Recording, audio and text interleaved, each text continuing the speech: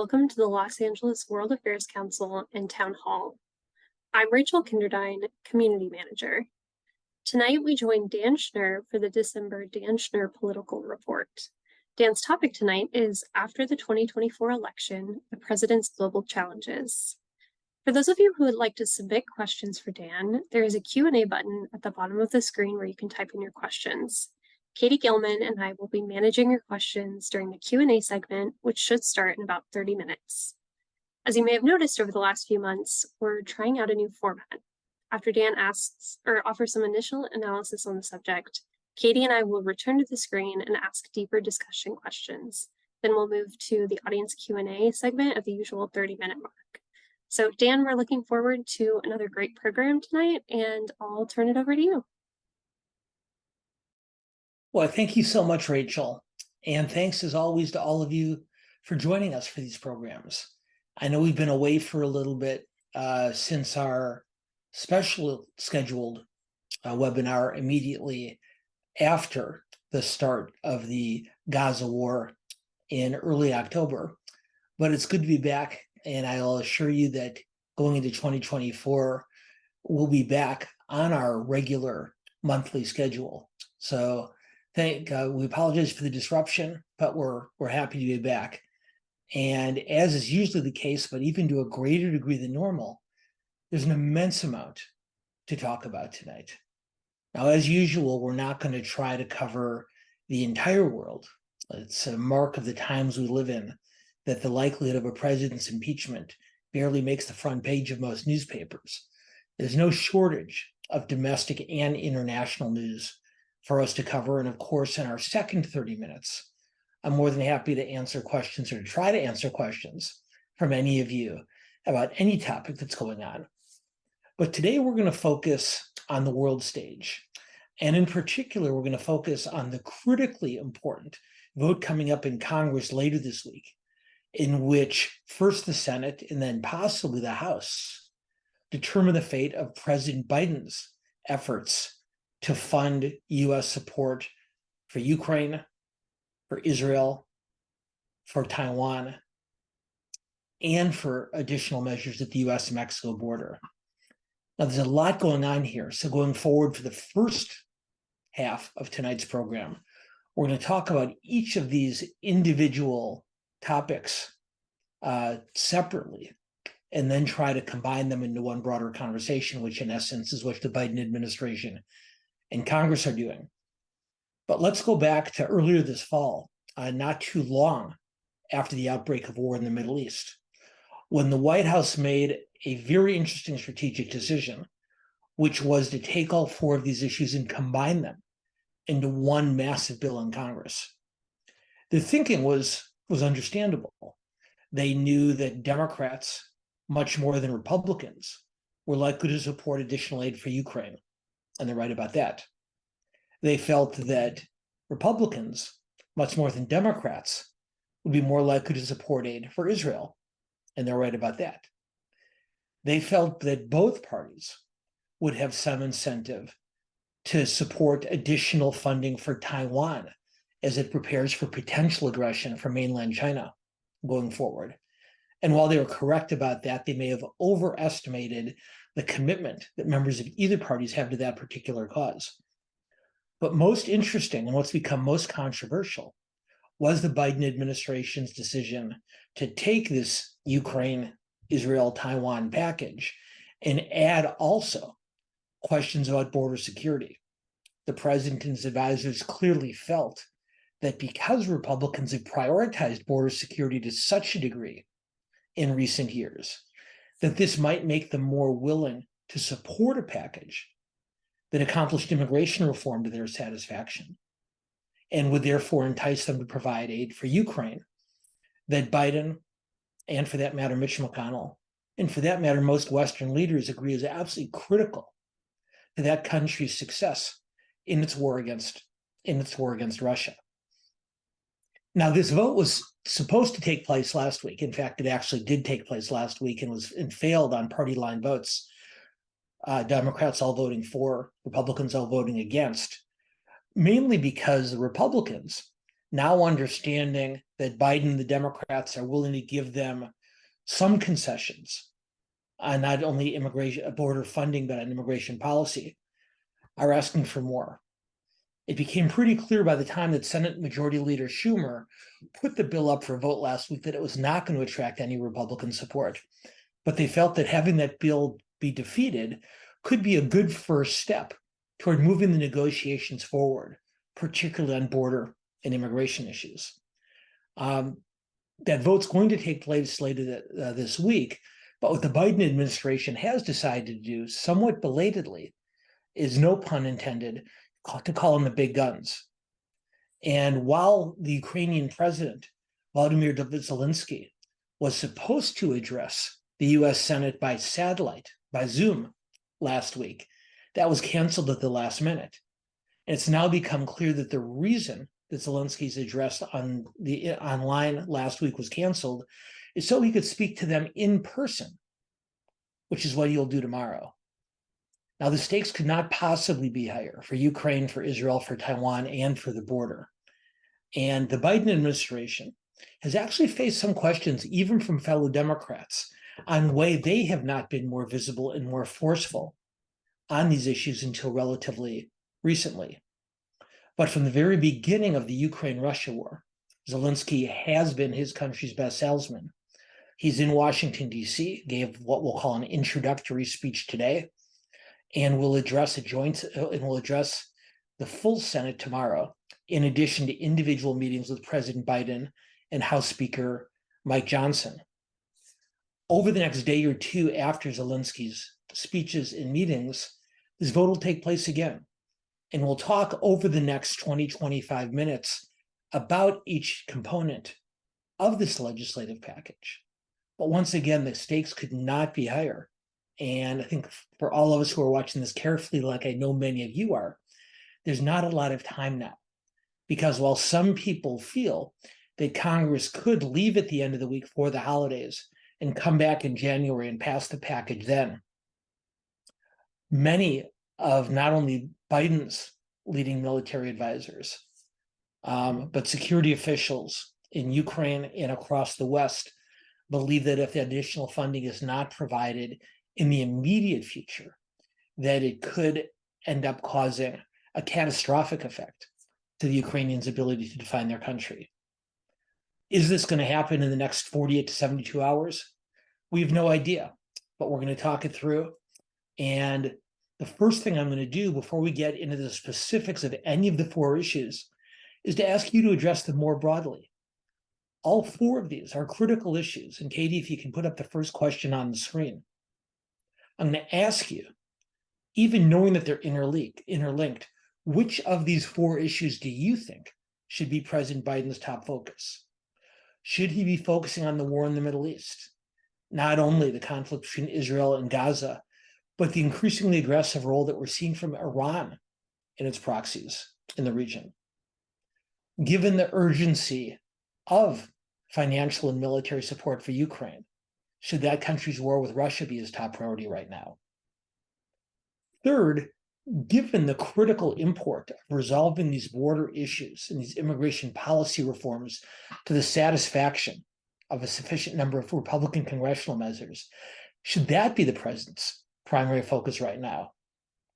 Or ironically enough, given that the challenge from China is probably the greatest and most significant thing on the president's plate, both his and his successors in the years ahead, should we be taking the long view and focusing on Taiwan and China, even if those issues do not seem as urgent this week? Do their long-term ramifications make them his top priority? So again, before we dig into the individual issues here, how would you prioritize them? Let's see what kind of rankings we get. Can we, Katie? Okay. Well, very interesting. First of all, I'll note that despite my point a moment ago about the long-term import of China, only 1% of our participants believe, only 3 of you believe that Taiwan and China should be his top priority right now. So it's clear that we're looking at this through the lens of urgency. 54% of you, slightly more than half, have named the Ukraine and Russia war as the issue on which Biden should be focusing more than any other. 34%, just over a third, say the Middle East, and only 11%, a relatively small percentage, say the US-Mexico border, even given the importance of that issue as it relates to the ongoing congressional negotiations. So let's take these issues on one by one. And given the urgency of the Ukraine vote, I think we all recognize how much more public and political attention the Middle East has been getting over the last several weeks. So let's start with that. Even if it's not the top one, even if it's not the top ranking one on the poll, it is getting a great deal of attention and ultimately does have much broader ramifications for this country, for that region, and for the world. So I'm going to ask Rachel to join me at this point, and maybe we can talk through the first of these four topics. Yeah, thanks, Dan. We'll definitely get to Ukraine and Russia much more in depth in a few minutes. But first, I wanted to ask, as the situation in Gaza continues to escalate and the death toll is rising, there's so much attention, as you mentioned, on the war there. What would be the best possible outcome for Gaza at this point? Boy, Rachel, the phrase best possible outcome, I think, is a somewhat unfair one. At this point, I think all we can hope for is the least worst possible outcome. And it's a couple of things have become very clear. One, even while Biden and the US maintain their very full support for Israel, they've very clearly been increasing the pressure, not just privately, but publicly, on Netanyahu and his government to try to resolve this war sooner rather than later. And in the meantime, to attach greater amounts of attention to the safety of non-combatants in that area. Now, the Israeli response is that given Hamas's penchant for embedding their fighters among civilians, and given their proclivity for using schools and hospitals and mosques as staging areas, that for all practical purposes, any steps that the Israeli military believes that it takes to protect civilians also protects Hamas. And ultimately, the Israeli leadership, not just Netanyahu, but both his supporters and opponents at the highest levels of government, believe that if Hamas is not eradicated, they will face a situation very similar to this in the future. So right now, we're somewhat at loggerheads. And while the US was able to pressure Israel into a short-term truce in order to effect a prisoner exchange, it doesn't look like repeating that is going to happen anytime in the near future. As much as I hate to say it, the least worst possible outcome would be that the Israeli military is successful in its goal not of eradicating Hamas altogether, because the question exists at this point whether that's even possible. But Israel's military leaders believe that if they can successfully eliminate the leaders of Hamas, that will cause enough disruption and enough disillusionment to effectively end the war. But right now, I think the best we can hope for is that Israel and Hamas, with Qatar's help, of course, are willing to go back to the negotiating table at some point in the not too distant future. They were able to effect the release of several dozen hostages. Most of those hostages were women and children and foreign nationals. At this point, releasing men and releasing members of Israel's military is going to be much, much more difficult. The question is, how much is Israel willing to ease up in order to get Hamas back to the bargaining table?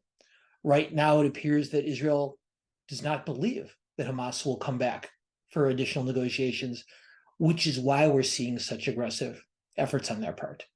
Certainly not the best possible outcome, but if those hostage exchange can be restarted again under the rubric of some type of temporary truce, that probably is all we can hope for in the short to medium term. As we move forward, we'll talk about the long term, because I am somewhat more optimistic there than I am in the immediate. But in the short term, there is no best. There's only the least worst. And just a follow-up question, how much do we know about the leadership of Hamas and the progress that Israel is making on tracking those leaders down? Okay. Well, Israel's military would not be leaking out information about their goals of eliminating Hamas leaders if they didn't feel like they had at least somewhat of a good read on their locations. On the other hand, it offers a very plausible, almost all-purpose defense for the Israeli military to continue the fighting at such aggressive levels, not just in Gaza City in the north, but in the southernmost parts of Gaza also. We don't know how much the Israeli government knows, but as I said, I don't think we'd be hearing them talking about the prospects of eliminating those leaders if they didn't have some confidence. I guess the other possibility is they simply hope that it will serve to disillusion and discourage the rank and file Hamas fighters if they believe that their fighters are under scrutiny. But I think on balance, there's a fairly high level of confidence that although Israel has not been able to pull off these goals successfully, like I said, they wouldn't be leaking if they didn't feel confident. Right, that's a great point. One more question before I turn it over to Katie. We asked this in October as well, but so much has changed in the time since that I'm curious to hear if your response has changed as well. Should the war between Israel and Hamas continue, what are the implications for politics here in the US and for the 2024 elections? Boy, this is not only a fascinating question, but as you correctly pointed out, Rachel, an ever-changing question. Because what we've seen in the weeks since we last gathered, right after the war broke out, is how dramatically the domestic political situation here in the US has changed. Make no mistake about it, the majority of the American people do make it clear that, number one, they support Israel in this conflict, and number two, that they support Biden's approach to it. That said, among many Democrats, particularly young people and members of minority communities and other progressives, the feelings are very, very different, almost opposite. And in fact, in the Democratic Party base, the opposition to Biden's approach is palpable. Now, as we all remember from 2020, Biden became the Democratic nominee for president, not because progressives fell in love with him, but rather because they decided after the first few primaries that Biden was the Democrat most capable of defeating Trump. So a lot of supporters of more progressive candidates like Bernie Sanders and Elizabeth Warren sucked it up and supported Biden. They've never loved him. They've never liked him all this much. And they've been frustrated over the years that he hasn't been as aggressive as they would have liked him to have been on climate change, on immigration, on police reform, and other issues. But we've never seen the Democratic base this angry. And we've never seen them this angry at Biden. Right now, you're hearing many leading progressives saying that they'd be willing to sit home on election day, not to vote for Biden or for Trump, or possibly to vote for a third-party candidate. And even while they recognize not turning out would help Trump to a great degree, they're so angry at Biden for the way he's approached this situation that they're willing to do so. Now, Biden, as we've talked about many times, wants to make this an election about Trump and about Dobbs, about the US Supreme Court's decision to overturn Roe versus Wade last year. So Biden's going to try to make the election about Trump and about abortion. Trump's going to try to make it about the Middle East and about immigration. We'll talk more about that in just a minute. But no question that the domestic politics on this are very, very complicated and potentially very, very dangerous for Biden.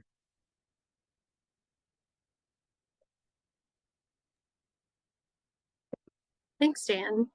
I think we have a poll question. Oh, that's right. Thank you for the reminder. So you've all heard me on this, but now I want to hear your opinions. I've talked primarily about the war's impact on Biden, We don't know, of course, whether it will help Republican candidates or not, but we'd like to hear your thoughts on it. How do you think the war between Israel and Hamas will impact U.S. politics? Do you think it'll help Republican candidates, if only by hurting Democrats? Do you think it'll help Democrats, if only by hurting Republicans? Or do you think that it won't have a partisan impact? So I was somewhat one-sided in my assessment because the focus has been so intense on Biden. But these are tricky issues for Republicans too. So I'll be eager to see your answers on how you weigh the political impact here in the US of the Gaza war. Oh, really interesting. Only 7% of our respondents believe that the conflict will ultimately play to the benefit of Democratic candidates. And we can probably dig into this a little bit more later on during our question period, if you like. 51% think it will help Republicans, a little bit more than half. But 43%, and that's a pretty sizable number, don't think it will have a partisan impact one way or the other. Obviously, we don't know yet. We don't know how the war will progress. We don't know if it will be resolved by next November. And we have no idea whether Biden will be receiving more or less credit or blame when the time comes. But interesting early read, and something tells me we'll come back to that question at some point in the future. So let's move on now to Ukraine and Russia, our group's most urgent priority. Katie, where do you want to take this conversation? Yeah, thank you. Thank you for acknowledging that. I know our audience is very eager to get to this topic. So Congress has been trying to find a path forward for more than a month to approve additional aid for Ukraine. And the bill, which, as we know, also includes funding for Israel, the US-Mexico border, and Taiwan, failed to pass the Senate last week. Republicans are asking for stronger border control provisions before they'll agree to move forward with aid in Ukraine. And US aid is almost out, and it's one of Biden's major goals to see additional aid passed. So given that background, my question to you is, how did the war in Ukraine become a divisive issue along party lines? Well, it's a really good question, because at this point, we almost take it for granted that Democrats are lockstep in support of Biden's approach to the war, and the Republicans are divided, but more seem to be in opposition to his approach than in favor of it. And as most of you know, that's a historical aberration, at least in the modern era, because for most of the post-World War II era, Republicans tended to have been much more aggressive on the international front, particularly when it came to security and military issues, particularly when it related to the Soviet Union and later to Russia, whereas Democrats tended to be a little bit more cautious in that regard. And I believe that that's flipped for a couple of reasons, both having to do with the last two presidents. Biden's made it very clear how important he believes this war to be, and how important it is to support Ukraine to stop Russia, so they're not successful in Ukraine and do not move further into Eastern Europe and become more aggressive elsewhere in the world. Even though Democrats are somewhat divided on a number of issues, Biden is still the president, and they are standing and they're standing with him on this. The Republican shift, I think, is even more interesting. We all understand the very unique role that Ukraine has played in Donald Trump's political biography, and of course, his conversation with Ukrainian leaders has essentially led to his first impeachment. So whether it's Trump's own suspicions toward Ukraine, whether it's his widely speculated affinity for Vladimir Putin, or some combination, Trump's own personal feelings about this seem to be having a very pervasive effect on Republican elected officials and Republican Party voters. They are sharing their former presidents and potential future nominees' feelings on this issue. And so they're being much more skeptical about military support here than they might have been in a similar situation in the past. But I think there's something broader going on here, Katie, even beyond Trump and Biden. It's worth remembering that if you look back to a a pre-World War II era, Republicans, more accurately conservatives, generally tend to be less interested in engaging in the world. There was significant Republican resistance to U.S. entry into World War II until the attacks on Pearl Harbor. And we saw strains of that isolationism after World War II until Dwight Eisenhower ran for president. So in some way, this is a Trump and Biden-driven dynamic. On the other hand, to some degree, it may be a return for conservatives to their historic roots as a party, as an ideology, less interested in foreign engagement. Thanks for that. And my next question about Ukraine and Russia, what will be the impact both in the US and in Ukraine if Congress fails to pass additional funding for Ukraine's efforts against Russia? Well, as you know, Katie, I try not to take sides in Mhm. these questions, because I think our audience is smart enough that they'd prefer to hear an overview rather than someone arguing on one side or the other. But I feel comfortable saying, listening not just to Biden and leading Democrats, but listen to Mitch McConnell and leading Republicans, that a lack of continued U.S. aid to Ukraine could be absolutely devastating to that country's ability to defend itself going forward. There's a little bit of an uncertainty, and the Biden administration has contributed to this through sending out conflicting signals over the last few months. There's some uncertainty about how much more aid is available that's already been allocated, how much more aid is available that the president can redirect from other sources and send to Ukraine, how much more aid is there before it, quote unquote, really runs out. And I don't know the answer to that. But it seems pretty clear to me that the longer Ukraine has to wait for additional US military and economic support, the more dangerous their situation with Russia becomes. That doesn't mean there's a magic day this Friday or next week or the week after next in which the tide then turns against Ukraine in the war. But as all of you know, after a great deal of confidence earlier this year that Ukraine's counteroffensive would fundamentally remake the landscape there, in fact, that counteroffensive has really struggled. And what we've seen more than anything else is prolonged stalemate in that region between the two countries. And so without additional US aid, we'd certainly see Western European countries, Japan, increasing their support. But it's hard to see how Ukraine can sustain an ongoing war effort without additional aid from the US. And whether that means a forced negotiated peace that allows Russia to keep a portion of the territory that it claimed last year, or whether it's something even more harmful to Ukraine, we don't know the answer.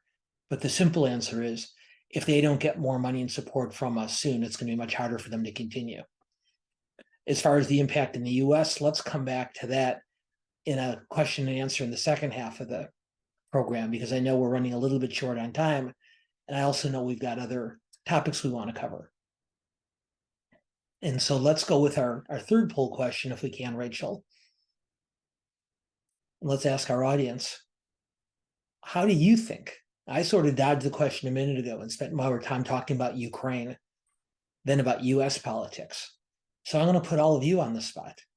How do you think the negotiations over aid to Ukraine will impact our elections here next year? Do you think the negotiations, however they turn out, will cause more people to vote Republican? Do you think it will cause a greater turnout for Democrats? Or again, as many of you thought, as it related to the Israel-Gaza conflict, do you not see the Ukraine-Russia war impacting US elections?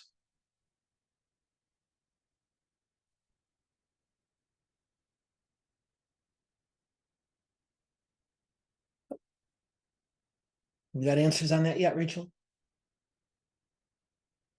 There we go. Thank you. Well, look at that. An absolute tie. Many of you, a plurality of you, believe that more people will vote Democrat. And I'm guessing that that's based on the assumption that an aid package will not pass because of Republican resistance. And you believe that that will help Democratic candidates more than Republicans. But that's not a strong show of support. In fact, it's tied with no impact at all. And only 14% of our audience believes that it will help the Republican Party next year.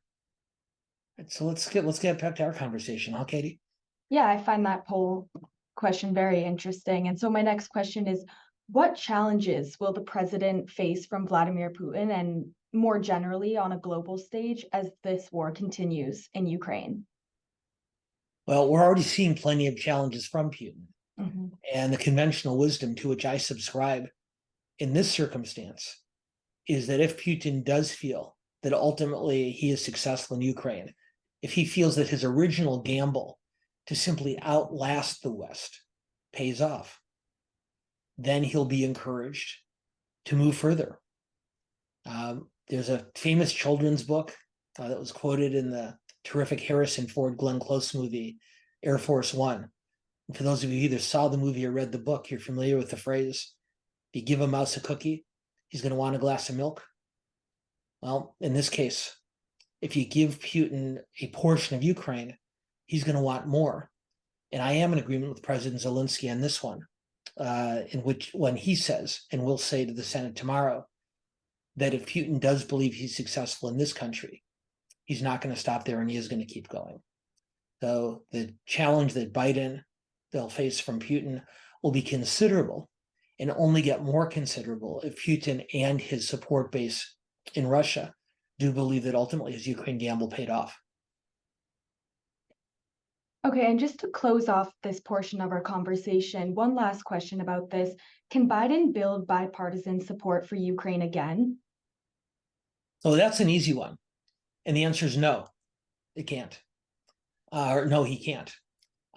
As we discussed earlier, the Biden White House has essentially determined that the only way to get Republican votes for the aid package is not by convincing Republicans of the merits of giving additional support to Ukraine, but by achieving some type of border/immigration compromise.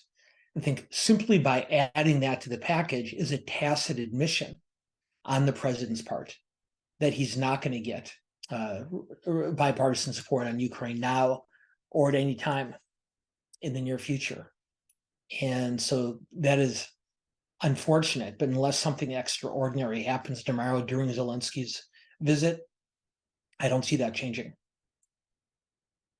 Okay, great. And moving on to the US-Mexico border, let's talk about this part of the bill, which was included to make the bill more bipartisan, reflecting longstanding sentiments of the Republican Party requesting increased security at the border. Biden and other Democrats have indicated they're willing to negotiate further border provisions to pass the bill.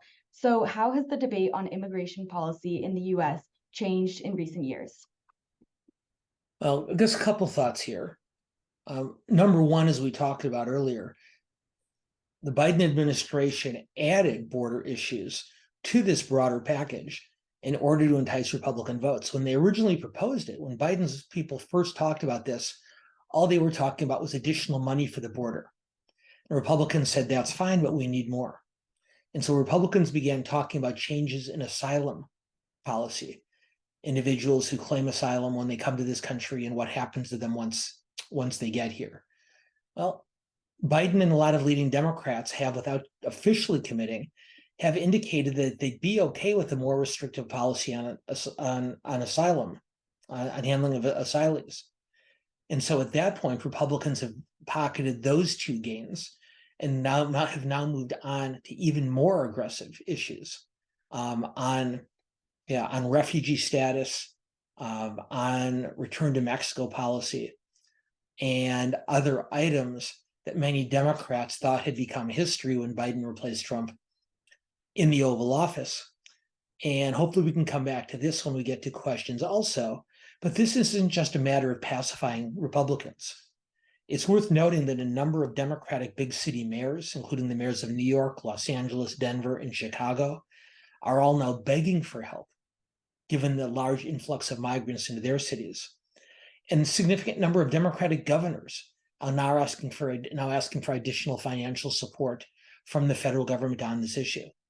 For many years, since George W. Bush's first time in office until recently, the debate over immigration reform has generally been toward a less restrictive attitude toward immigration policy.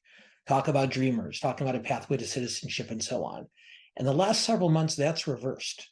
And among not just Republicans, but Democrats, the conversation is about more restrictive policy. And that's going to continue whether or not an agreement comes together this week or not. So that's a real new chapter in at least 21st century American political immigration debate. It's worth noting, excellent column in the New York Times by Ross Douthat over the weekend, who cited a study that showed that the level of immigration in this country is now at an all-time high. And what he noted, or what this study noted that he cited in his column, is regardless of whether you think additional immigration is a good or a bad thing, our history shows that when immigration levels go up, public sentiment turns against it. Biden and his advisors are very aware of this tendency, and while they realize they're going to have to give the Republicans something, what we're going to see in the next 48 to 72 hours is how much they are willing to give. And so let's, on that one, Rachel, if we can, let's go to the next poll question. So can we make this immigration package bipartisan? Republicans say that Democrats, that Biden hasn't gone far enough. Progressive Democrats, on the other, including leaders in the Latino caucus in both the Senate and the House, are saying that he's already gone too far. The negotiators, both Republican and Democratic negotiators in the Senate, believe that they'll never get the most conservative Republicans and they'll never get the most liberal Democrats, but believe they can get roughly 30 members of both parties who represent the center left and the center right. Question for all of you, is that possible? Can the package satisfy centrists in both parties?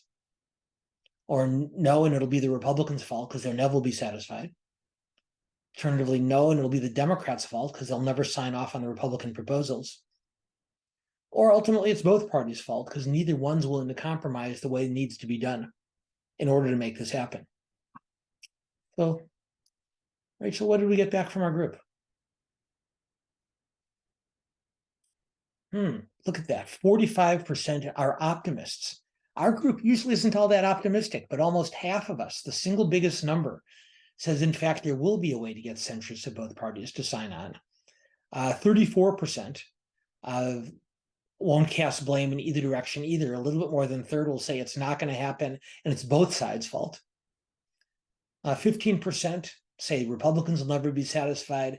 And only 5% say that the Democrats will dig in their heels and will not give Republicans what they want, and that'll cause the breakdown.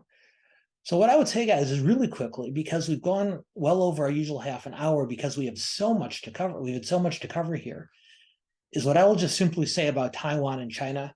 Our fourth issue is to go, the fourth major topic in this negotiation is, let's just agree that this is the most important issue in the long run, but has been largely overshadowed by Ukraine, by Israel, and by the border.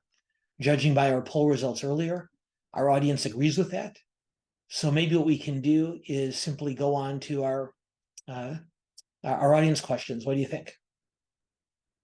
Sounds great. And we have a lot of them. So definitely thank you to our audience for submitting so many great questions. And we'll get started with this one. Does Israel need U.S. financial support as much as Ukraine does? Is Israel able to finance its own war? Well, first of all, just to provide a little bit of historical perspective, it's worth remembering that the U.S. has provided massive military and aid and weaponry to Israel over the years. So while Israel probably has a stronger standalone military right now at this moment than Ukraine does, it's largely because of U.S. support. If I had to guess, and I'm not a military expert, I would say that Ukraine's situation is more immediately dire, that they are in more urgent need of help right away. But while Israel is in a better position for the time being, that country too would not be able to sustain an ongoing military effort without U.S. support maintaining or increasing. So probably somewhat more urgent for Ukraine, but certainly this isn't in neither country would survive these challenges without ongoing U.S. support. The question is, it seems that the Palestinian people have legitimate desire to have a country that is not subject to Israeli settlements. What is the solution if there is one? Well, if nothing else, I believe that the last 2 months of war has proven, and this is me taking sides, although I generally prefer not to, has proven to me at least that the two-state solution, which has been talked about for many years and generally dismissed, is now an absolute necessity. That the status quo, which 2.5 months ago everyone agreed was not satisfactory but was livable, is not, and it's not sustainable. And that ultimately, if Israel continues to have a major presence in the West Bank, that there is no real prospect for peace in that region. The establishment of a two-state solution is fraught with all sorts of challenges. It's widely acknowledged that the Palestinian Authority is fairly ineffectual and significantly corrupt. And so they would either have to be enhanced or replaced with a more responsible governing agency. But despite historic suspicions toward that kind of compromise from true believers on both sides, both in Israel and among the Palestinian nations and Arab people, or Palestinian people and Arab nations, it seems to me that a Palestinian state with appropriate security guarantees and protections is a necessity. The only alternative is Israel continuing to oversee Palestinian territory and continuing to face the kind of attacks that we saw on October 7th. So my guess is a lot of people on both sides who rejected the two-state solution on October 6th, maybe, at least under the right circumstances, willing to re-examine the possibility now. Just a follow-up question that just came in from an audience member, but who would be in charge of a Palestinian state? Well, as I said a moment ago, that's one of the major sticking points. There's been plenty of talk about putting the Palestinian Authority in charge of Gaza. And aside from Israel's objections to that, as I said a moment ago, there's really no evidence that the Palestinian Authority, given its administration of the West Bank, would be capable of playing that kind of role in Gaza in the foreseeable future. So what you probably end up seeing is some type of multinational force made up primarily but not exclusively of representatives from Arab nations, with a Palestinian Authority patina on the top of it. In other words, the name might be on top of the new letterhead, but in order to maintain security in both Palestinian territories, it's hard to see that happening without some kind of multinational presence. And of course, that involves incredible amounts of complications. Arab nations do not necessarily want to see their soldiers positioned as oppressors of Palestinians. They don't want to put their own people at risk. And so once again, I'll get back to what I said to you earlier, Rachel. There's no best option. There's only the least worst options.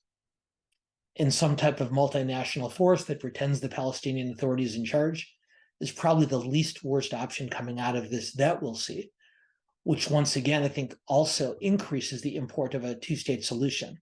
Because until a Palestinian state and Israeli state exist side by side with appropriate security guarantees, it's going to be impossible to maintain the security of Gaza or of Israelis living in proximity to Gaza. And although it's been greatly overshadowed, the violence in the West Bank has been increasing at an alarming rate in recent weeks. So no good answers, but that's probably the least worst one.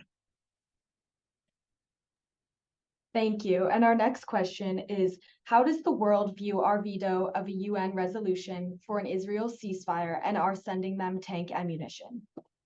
Well, when you saw the vote, you saw that it was 13 to 1 in the UN Security Council. Even France, which has been a fairly reliable ally in Middle Eastern issues, did vote in favor of the resolution. Only Great Britain abstained, leaving the US as the only no vote, and of course the veto. So the Arab world is particularly angered about the veto. And a lot of smart people in that region believe that even over the last couple of months, that Biden's ongoing support of Israel has turned much of the Arab world against the US for many years to come. Europe is more ambivalent on this than the Arab world. But as you saw by France's vote, most of Europe, which have never, most of whose countries have never been particularly strong supporters of Israel, are essentially trying to keep their head down on this more than anything else. So I'd say most of the rest of the world, with a few notable exceptions, are either opposed to the US veto or trying to keep themselves out of it.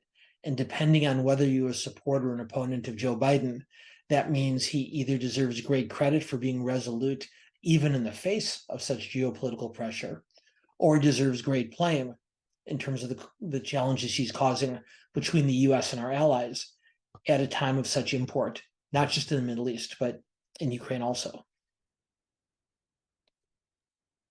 Well, switching gears to Ukraine now, I think you touched on this a little bit in your last answer, but do you think the current stalemate on Ukraine aid will have an adverse effect on our relationship with our European allies? Should we be concerned about that? Well, there's already been a decent amount of reporting showing that many European countries and their leaders are already becoming concerned that if Donald Trump is reelected, the US will turn inward, away from a lot of global involvement, much as it did during his previous term in office. So there's already some nervousness there. Some of these countries are willing to send additional aid to Ukraine because the stakes are much higher for them than it is for a country on the other side of the Atlantic Ocean. So I don't see any outright animosity. The leaders of most of the Western European countries understand how much Biden wants this aid, but it can't. But if the package doesn't go through, Rachel, it can't help but to hurt our relationships with our allies, and is going to heighten suspicions and worries to an even greater degree that the U.S. is on a isolationist track, much like it was after World War I and World War II. And moving right along, will Putin interfere with the US election in anticipation of Republican support for Russian interests? We don't know. There have been any number of security alerts issued about possible election interference from Russia, from China, from Iran, from a number of other international troublemakers. The good news is US cyber defenses are much stronger now than they were in 2016. And frankly, we're much better prepared than we were in 2016 for this kind of interference. But I think it's important to separate between two different types of international involvement. One is actually changing or stealing votes, much as many of Trump's supporters alleged happened after the 2020 election. There's no evidence that either Putin or another foreign leader has that capability at this moment, although there's no way to predict the future. But if you remember, the real impact of Russia on the 2016 campaign was not necessarily changing votes, but influencing the public discussion by involving itself through surrogates, through proxies, through bots, in the online discussions about the election, motivating some voters, discouraging others. That's harder to stop because identifying a fake voice, particularly in an AI emergent era, is a much greater challenge. So I think you can say with some level of confidence that the election system itself can be protected. But what's going to be much, much more challenging, both for international and domestic interlopers, to both at the hands of international and domestic interlopers, is keeping these voices out of the election debate, because we have not yet demonstrated an ability to do that, at least not in any kind of sustainable way. So switching gears again to our last topic for the night, immigration, you mentioned Democratic mayors and governors wanting more restrictive immigration policy. Do you mean more restrictive policy, or do they want a more comprehensive immigration policy whereby federal government provides help at state and local levels when immigrants are admitted to the U.S.? So I should clarify what I said earlier. We are now seeing from the White House and from many congressional Democrats a willingness, not an eagerness, but a willingness to support more restrictive immigration policy in exchange for aid to Ukraine. The point I'm making, which is related but distinct, is how many governors and mayors around the country are unhappy with the great influx of migrants into their states and into their cities. And I guess the point I was trying to make is those increased levels of migration causing Democratic mayors and governors to ask for help is also affecting public thinking on this issue. And so, as I said earlier, I believe the American public would be more likely to be receptive to those more restrictive efforts than would have been the case in the past, not only because Democratic state and local elected officials are exhibiting their concerns, but that's certainly a contributing factor. I don't know of any Democrats, at least not many Democratic elected officials, who, if left to their own devices, would take these steps on policy reform that Republicans have been demanding. But in order to get aid for Ukraine, and recognizing the dramatically changed political landscape on immigration policy, those are creating two different but related pressures on Democratic congressional members to vote for things that they might not have a year or 2 or 5 ago. Our next audience member asked, why do you think the GOP has been so successful in politicizing immigration reform and putting all the pressure on the executive branch versus the legislative branch? Well, I think I go back to the point that I was making a moment ago. Mhm. The Republicans are not leveraging immigration policy in a vacuum. If the only thing they had going for them was the ability to either support or oppose aid to Ukraine, they might be getting some cooperation from the White House and from Democrats in Congress. They might not. But as I said earlier, the political landscape on this issue is shifting. If we do look back at history, we see that when this country experiences a lot higher levels of immigration, popular opinion does tend to change on the issue. And Americans as a whole tend to become less welcoming and more cautious toward new arrivals. When voters are asked which of the two likely party nominees they believe would be more effective at handling immigration policy, Trump is the preference by a very, very large number. And I believe that those responses are based less on the two individuals involved, Biden and Trump, and more on the fact that many of these voters believe that Trump would be more aggressive when it comes to immigration policy. So to answer the question, two things. One, Republicans believe that Biden's goal of achieving Ukraine aid gives them unusual amounts of leverage. But number two, they wouldn't be able to pull this off if public opinion wasn't shifting at least to some degree in their favor. Whether the public goes as far as they want to, we'll find that out next November. But for at least right now, the playing field is tilted in their direction for reasons both having to do with Ukraine, but also the landscape here in the US. So I think we have time for one more question. Turning back to our first topic for the night, this audience member asked, as long as Iran is backing the various terrorist organizations, how can a Palestinian state live peacefully with Israel, and what should be done about Iran? It's worth remembering, and this is a good question to close on, particularly for the Middle Eastern portion of our discussion. It's worth remembering that one thing that hasn't changed since October 7th is the level of animosity and suspicion that many Arab and Gulf nations still hold toward Iran. Saudi Arabia's feelings, Egypt's feelings, Jordan's feelings, the other Gulf states' feelings toward Iran have not changed at all. They're just as suspicious and they're just as wary of Iranian interests. So ultimately, if there is going to be a Palestinian state in that region, it's going to have to be with the full-throated support of the broader Arab world. And they would be and they'd be providing that support and that security in order to prevent Iranian proxies, Hezbollah, Hamas, and others from engaging in the area. I mentioned this, I believe, when we did our webinar right after the war broke out, and I'll come back to it again. The closest precedent in modern Middle Eastern history for this current situation is the Yom Kippur War of 1973, when similarly Israel's intelligence capability did not detect the prospect of massive aggression on the part of their foes. And the Israeli military was similarly unprepared then as they are now. Though Israel suffered horribly in that war. After it was over, Golda Meir, who was then the prime minister, was quickly removed from office.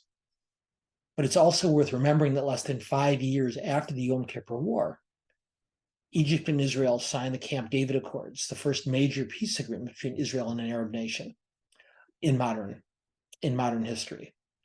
I'm not saying that the same dynamic will happen here, but I'm saying that it can happen here. And I do believe, and this is a longer conversation that hopefully we can have in our January program, that I believe that ultimately if a two-state solution is to succeed, it's going to come with the direct and sustained investment and involvement of Saudi Arabia and Iran's other opponents in the region. Israel can't pull this off on its own, of course. The Palestinians certainly can't. But that broader-based effort, not out of beneficence, not out of philanthropy, but out of survival, could bring in a broader Arab coalition, which would be just as motivated to protect the region against Iran as to promote Palestinian progress.